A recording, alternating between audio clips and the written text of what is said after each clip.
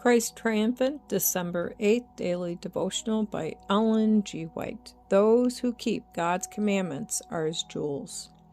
And they shall be mine, saith the Lord of hosts, in that day, when I make up my jewels, and I will spare them as a man spareth his own son that serveth him.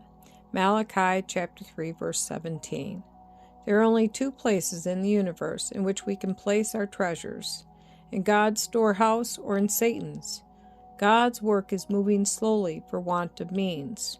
Workers are not able to enter new fields, yet there are millions under the undisturbed domination of Satan. Satan is busily laying his plans for the last mighty conflict, when all will take sides. After the gospel has been traveling over the world for nearly 2,000 years, Satan will present to men and women the same scene that he presented to Christ. In a wonderful panorama, he will cause the kingdoms of the world and their glory to pass before them, and he will present before them entrancing views of the kingdom of God. And he claims that these are the views of his kingdom. But are they? Nope. Oh, look, listen to the voices and powers that prevail in the world. The heavenly watcher sees the earth filled with violence and crime. Is there any voice of prayer? Do you see any sign that God is recognized? Look, you who are hesitating between obedience and disobedience.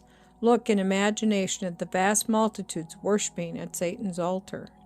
Listen to the music, to the language, called higher education.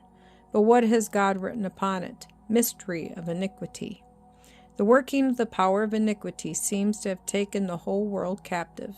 Enumerate the vices of men and women if you can, but it is of no use to try to number them. Wealth is obtained by every species of robbery, not robbery of people alone, but of God. People are using his means to gratify their selfishness. Everything that they can grasp is made to minister to their greed. Avarice and sensuality prevail. But they do not see all things. John saw this multitude. This demon worship was revealed to him, and it seemed as though the whole world was standing on the brink of perdition. But as he looked with intense interest, he beheld a company of God's commandment-keeping people.